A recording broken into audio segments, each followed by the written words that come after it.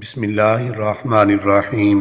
مستجاب الدعوات یعنی وہ خوش نصیب اور عظیم المرتبت افراد جن کی دعائیں خصوصیت کے ساتھ بارگاہ الہی میں مقبول ہوتی ہیں، ان میں انبیاء کرام خصوصی طور پر شامل ہیں۔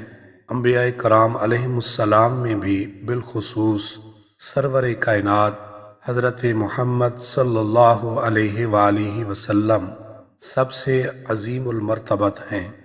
آپ صلی اللہ علیہ وآلہ وسلم کی دعائیں بارگاہ الہی میں مقبول ہوئیں۔ انبیاء کے بعد دعاؤں کی قبولیت میں صدیقین اور صالحین کا مقام و مرتبہ ہے۔ ایسے ہی لوگوں کے بارے میں حدیث مبارکہ میں وارد ہے۔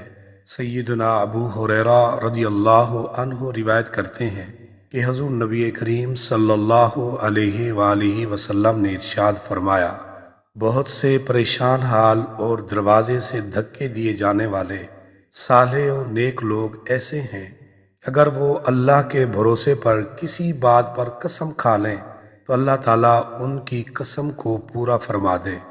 ناظرین، دعاؤں اور عبادات کی قبولیت کے لیے حلال کھانا شرط ہے۔ اسی لیے ایک روایت میں آتا ہے کہ حضرت سعد بن ابی وقاص رضی اللہ عنہ نے گزارش کی کہ یا رسول اللہ صلی اللہ علیہ وآلہ وسلم، ادعو اللہ ان یجعلنی مستجاب الدعوہ، یعنی آپ میرے حق میں دعا کیجئے کہ اللہ تعالیٰ میری دعاؤں کو قبول فرمایا کرے۔ آپ صلی اللہ علیہ وآلہ وسلم نے ارشاد فرمایا، یا سعد طیب مطعمک تکن مستجاب الدعوہ، اے سعد پاکیزہ چیزیں کھاؤ، حلال لقمہ کھایا کرو، اللہ تعالیٰ تمہاری دعائیں قبول فرماتا رہے گا۔